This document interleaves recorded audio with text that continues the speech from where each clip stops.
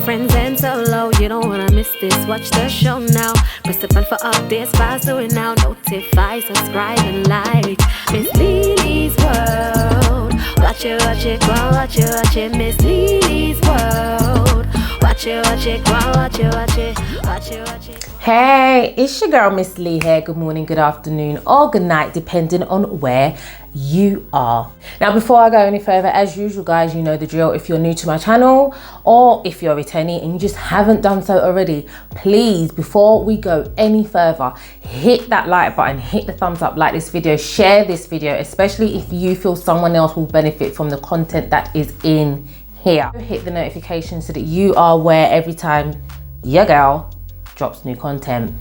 Most importantly though, guys, please smash that subscribe button. Yes, subscribe to my channel. So I'm just over 24 months post-op from having my tummy tuck, 360 liposuction and a failed BBL.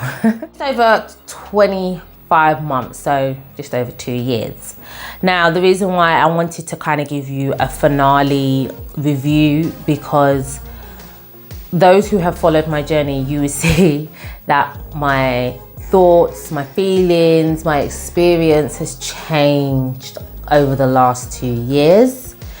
And I'm very much aware when we make our journey public and we share it with the world on social media platforms, I'm very much aware that I could be influencing somebody to have the same surgery, or who is going to have surgery anyway.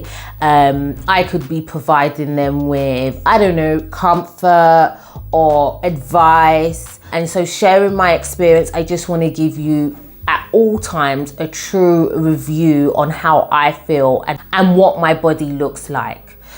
So from what I found when I went to do my research and I was looking at different people's like journeys, there was a point where they stopped giving information, which is fine. I mean, how much times can you talk about the same digga surgery? You get me? Like, we're over it at this point.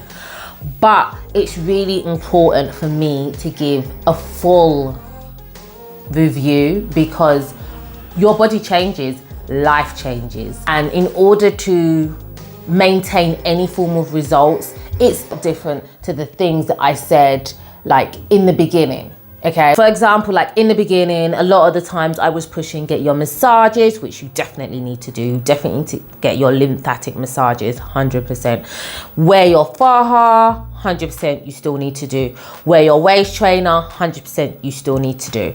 Those are really important, okay?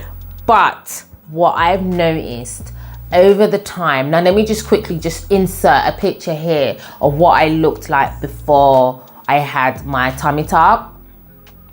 So as you can see, like the top part of my stomach was quite high, and I still have that to this day. It may not be as high, but I still have that. So going back to what I was saying, faja important, waist trainer important, massages important. But what to me 2 years later, although that's really good to keep your shape, etc., to keep your results, I've now changed my trail of thought. To keep your results, you have to eat clean, you have to work out, you have to change your lifestyle. This is just my opinion. This is what I have discovered through my journey. Now, no, I don't eat clean. That's part of the reason why I feel my stomach isn't 100% how it should look. Although part of that is because the surgeon didn't take off enough. Well, he didn't take off all of the skin that he should have taken off. He didn't remove all of the excess skin. And now I'm stuck with this excess skin. So when my weight fluctuates, meaning like when I eat shit, my stomach looks different. Yes, it does bulge through my clothing still if I eat poorly. And that's why I'm saying you could wear as much fajas and waist trainers as possible. I still wear my waist trainer at night when I go to bed. Not every night though, but I still do wear it. And sometimes I go ham and I wear it more than, you know, others. And sometimes I'm a little bit like, whatever. But if I'm not eating right, it don't matter how much weight trainers you got on, how much Farhas you got on, your results will be affected. If I'm not working out, for me, my results will be affected. I weighed myself and I'm gonna give an estimate in pounds because we go by stones here in the UK, but I know a lot of people outside of the UK go by pounds. So I'm about 158 to 160 pounds, massively overweight, especially for my height. I'm 5'1.5", guys. So yeah, remember that half is very important. I'm overweight for my height. And well, I'm just overweight, innit? In stone, that's just under 11.5 stone. That's when I last weighed myself, which was a few weeks ago. Now, when I had my tummy tuck, I wasn't this heavy. I think I was about 10 stone 11. So maybe that's like 150 something pounds. Again, I was still overweight. I need to obviously work on eating clean, which I have said in near enough most of my reviews when it comes to my tummy tuck and stuff. Eating clean is my major problem. Now, I don't sit here every day and just eat shit, but I could eat a hell of a lot better. So for example, my typical day will start off with, I may have Weetabix for my breakfast. So Weetabix is a cereal, guys. I think most people in the world know what Weetabix is. If I'm like due on, like, come on ladies, when we're due on, we need more. You know, I may have a slice of toast or 2 slices of toast. Yeah, that's when I'm being real bad. For my breakfast, I always have fruit included, but fruit, and somebody rightfully did put in one of my previous, under one of my previous videos, that fruit carries a lot of sugar. And although it's good sugar or it's healthier sugar, it's still sugar, it's still a weight gainer. I would always accompany my cereal, my Weetabix. I don't have other cereals, just Weetabix, and I have that with oat milk. And I will always accompany that with either an orange or a banana. I do love bananas, guys, and I know that is that's high in sugar. And I'll have fresh squeezed lemon juice, like squeeze the lemon, put it in a glass, top it up with water and that. Or if I am feeling a little naughty, I will have like fruit juice, like apple juice or something, like mixed tropical juice. And that will be my breakfast. So that's a relatively okay start for the day. But by 11 o'clock, guys, that's when it goes downhill.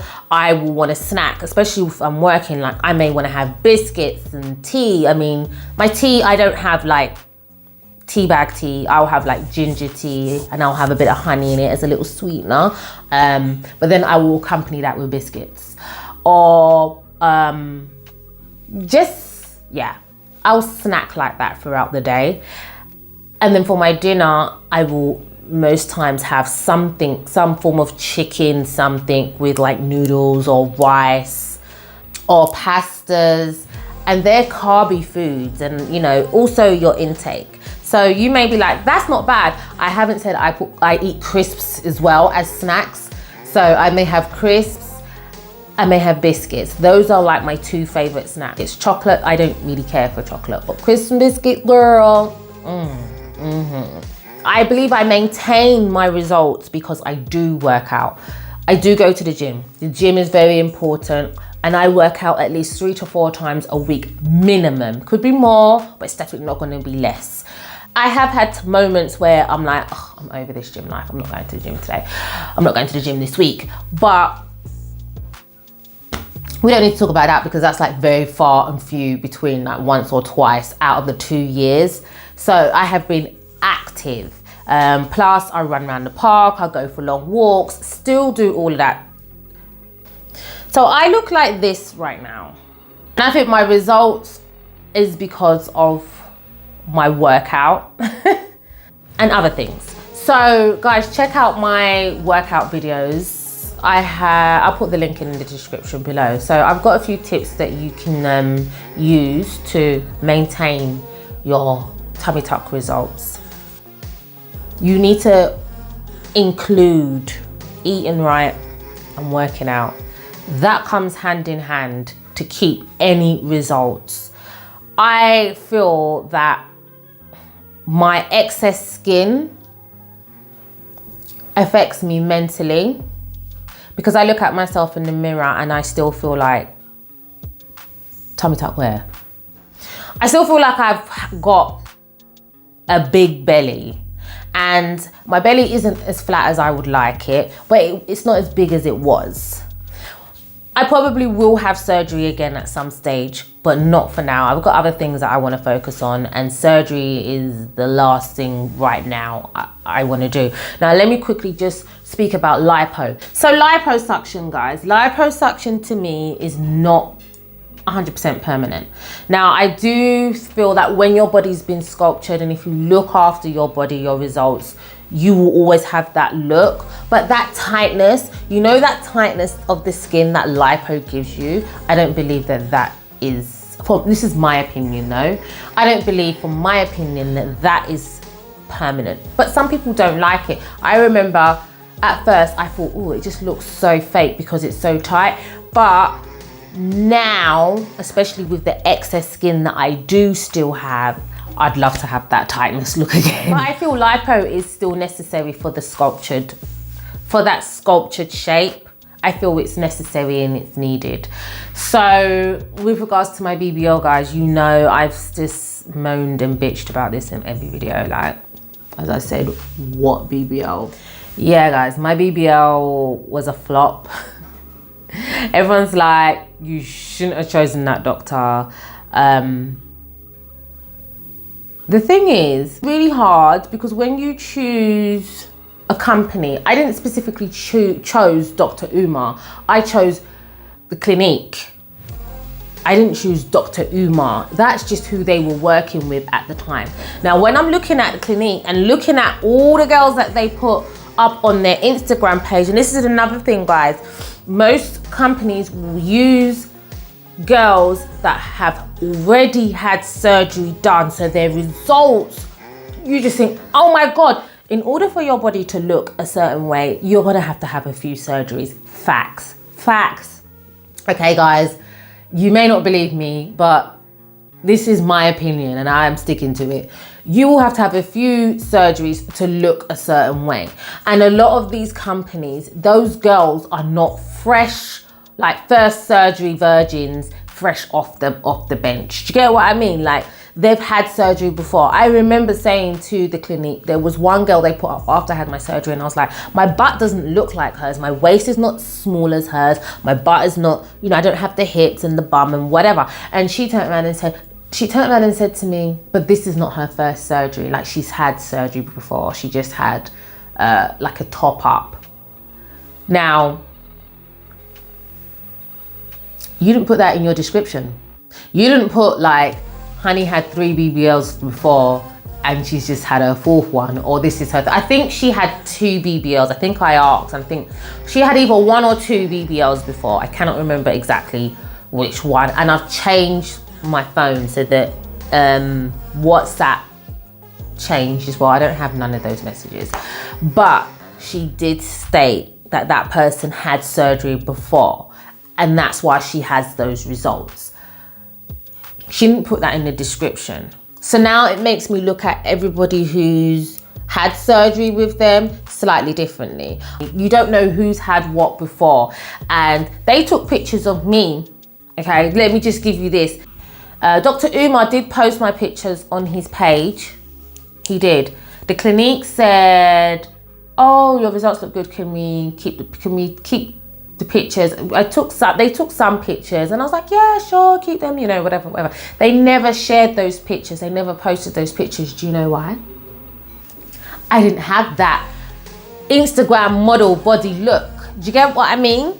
And I feel like if I did, they would have shared those pictures. Because I didn't, they didn't share them. So Umar didn't take off enough skin, and I'm unhappy with how he treated me after, you know, the fact. I've already moaned and bitched about it in the previous video, guys. Check that out. But despite that, I'm still happy how I look now, because I feel I look better than what I did look like. Okay, so I'm not 100% happy with my results. Definitely not happy with my BBL. But I still feel I look better than what I did when I started off. I don't look lopsided, and my scarring has healed really nice. Some of the keloids have actually gone on its own. I haven't done it. I remember I said like I was going to try like keloid injections to try and smooth them out. Some of them, most of it has gone by itself. So I'm quite happy. And I remember telling you guys that I was told that the scarring will drop, and I feel I mentioned that the scarring did drop. Guys, the scarring has definitely dropped. So it's below that knicker line. So you can't see it unless you're wearing certain kind of thong knickers. So for me, I did want to tattoo it. May still, who knows? But I don't need to. It's only going to be seen by someone who's going to be intimate with me. It's not going to be seen if I'm wearing a bikini. I will say though, after my tummy tuck, I've had side effects of, I get like really bad pains in my lower abdomen. And the reason why I'm not medically trained, but I do know my body. And the reason why I say it's results after my tummy tuck, because once I came out of surgery, again, look at my previous videos, I was experiencing, I don't know if it was allergic reaction or allergies, but I kept sneezing a lot. And my whole stomach, it was like it was burning, like I can feel the blood rush. Like I can still remember it was so painful. I felt like the stitches was gonna pop out. It was so bad. Anyway, moving forward, if I sneeze too hard now, or if I laugh too hard now, or I could just genuinely have abdomen pain, almost like a cramping, not all the time. When I say not all the time, it's not even every week. It's not even every month, but I can get it. And I believe that's side effects from my tummy tuck surgery. I was getting a lot of abdomen pain, and I had acupuncture, and the acupuncture really, really helped. I believe it really helps. Like I don't get the same amount of pain as I did. I only had one treatment of acupuncture, and I don't get the same amount of pain as what I used to get. I do believe there could be side effects to the surgery. Nothing life-threatening, nothing that you can't live with. And as I said, like, although I get like the cramping pains if I'm like unwell and I may sneeze or cough or laugh too hard, I do double over. It is very painful, but it doesn't last long, maybe a minute or two, and then it goes. But that is something that I never had before my tummy tuck, and it's something that I've had and I continuously have afterwards. This is my 2-year review. This is how I look, and how I feel right now is I would recommend anybody who wants to get their surgery, again, do all your research. I would make clear to the surgeon that this is how you want to look. They can only but give you the results according to your body. After surgery, especially within the first 12 months, your body will change, and you will probably see your true results. I reckon after 12 months, I saw my true results. I would recommend, again, everybody, you get your lymphatic massages ASAP. You keep that up. Also, you wear your faja. I know I did a video and it's like, well, you're gonna have to wear your faja for life, like when you go to bed. And I remember that not long ago, I put my faja on before I went to bed, and I was just like, I'm so over this. But it does help. Waist trainer, I can wear that any day, all day. And I do often wear my waist trainer. So I do believe that it kind of comes hand in hand to keep your results, wearing these things. You even see people in the gym wear waist trainers when they're working out and stuff. It helps keep your shape. It's very good for your posture as well. But in terms of your results from your tummy tuck, I definitely would recommend keep that waist trainer in your life. Faja's hard to live with permanently, but waist trainer you can. And again, it doesn't have to be every night, but definitely, a few nights a week, try and get your waist trainer on. Most importantly, guys, try and change your lifestyle. If you're not one who works out, incorporate that. So if I go through that period of eating clean, which I have tried, it's just not stuck yet, but it will. If I eat clean, my results will look even better. So I believe, just as important as your fajas and your whatever, you've got to eat good. It's definitely impacted my mental health in terms of sometimes I look at myself in the mirror and think, okay, you don't look too bad. And other times a lot, I really don't like what I see. And it's really easy to jump back into, let me go back and have more surgery. It's really easy to do that, especially with the pressures of society, whether you watch TV, whether you're on the internet, or even walking on the street, depending on where you live or where you're going and your environment. You know, you are seeing these model type surgery bodies, and you just think, oh my God, I want my body to look like that. But I will say, I get complimented on my body. People don't know me, they don't know my channel. I get complimented on my body. So it may look okay to other people, but for me, yeah, I really still struggle with it mentally. I just want to say that, because just creating awareness that you don't just get your surgery done and it's a-okay. A lot goes into it afterwards. It's not a one-time thing and you move on, especially when you're a certain age. I do believe a lot of younger people are having surgery and they may not have the same experience because their metabolism works differently. They're younger. My metabolism has definitely slowed down. I used to eat junk all day, every day. My belly used to be good, especially before I had kids. I was skinny. I was tiny. I was like 8 stones. I don't know how much that was in pounds. I was 8 stones. I was a size 8, UK size 8. But as I got older, and obviously as I had more children, it changed my metabolism. It changed how my body looked. It changed how my body reacted to certain foods that's inside my body. You know, I now have allergies, guys. I never had food allergies in my life. I now have allergies. Like, I don't regret my surgery. I wish the doctor had taken off all of the excess skin so that I didn't feel this way, but he didn't. I'm not sure the next steps to rectifying that problem, but one thing I am sure is I'm still gonna try and eat healthy, although I still eat shit. And alcohol is another weight gainer, guys. So, you know, me going out all the time and having a drink here, having a drink there, again, that impacts your weight. But yeah, I'm gonna still try and eat healthy. I'm gonna try. I always start the day healthy, but I always end it really badly. And I'm always gonna work out. It's part of my life. Workout, runs, walks, it's part of my life. So yes, let me know what you think of this video, guys. If you have any questions, as usual, drop them in the comment section below. You know your girl will try and answer them. I try to answer all of them. Not all of them I'm able to. Before I go, please remember to hit the thumbs up, like this video, share this video, especially if you know somebody who has gone through the journey and they're not as far gone, like post-surgery as I am. Or if anybody's thinking of having this surgery, please share this video. Also, hit the notification so that you are aware every time I upload more content, which will be different. And most importantly, please subscribe to my channel. Yes, smash that subscribe button.